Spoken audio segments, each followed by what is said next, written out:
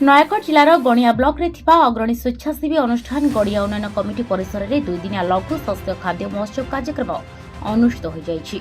ए कार्यक्रम में गड़िया उन्नयन कमिटी सभापति उषा पट्टनायक अध्यक्षता करिथिबा बेले मुख्य अतिथि भाव कंधमाल सांसद सुकांत कुमार पाणिग्राही जोगदी कार्यक्रम को आनुष्ठानिक भाव में उद्घाटन करथिले। सम्मानित अतिथि भाव में जिला कृषि अधिकारी संजय कुमार तळे, नाबार्डर नयगढ़ अधिकारी ज्योति तापसी, बीडीओ डॉक्टर बेबिता मंजरी नायक प्रमुख मंच आसिनथिले। गणिया उन्नयन कमिटी तरफ अतिथि को पुष्पगुच्छ उत्तरीय उपहार दे समर्थित करा जायतिला।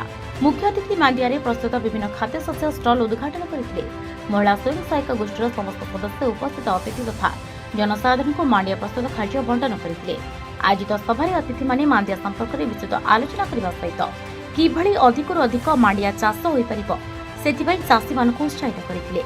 गत वर्ष गड़िया 1000 क्विंटाल मांडिया चाष पई लक्ष्य रखा जायतिबा बेले 920 क्विंटाल मांडिया उत्पादित होइथिबा गणिया उन्नयन कमिटीर सभापति उषा पट्टनायक प्रकाश करथिले। यह अवसर में गणिया बजार परिसर में मांडियारी तैयारी एक खाद्य शस्य दुकान मुख्य अतिथि उद्घाटन करथिले।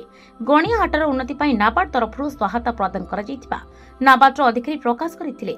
ए कार्यक्रम को संपादक आनंद चंद्र बेहरा, निरंजन नद, नंदिन गुरु और विभिन्न महिला स्वयं सहायक गोष्ठी सदस्य प्रमुख सहयोग करथिले। नयगढ़ ब्यूरो चीफ चित्रंजन मिश्र रिपोर्ट प्रसार।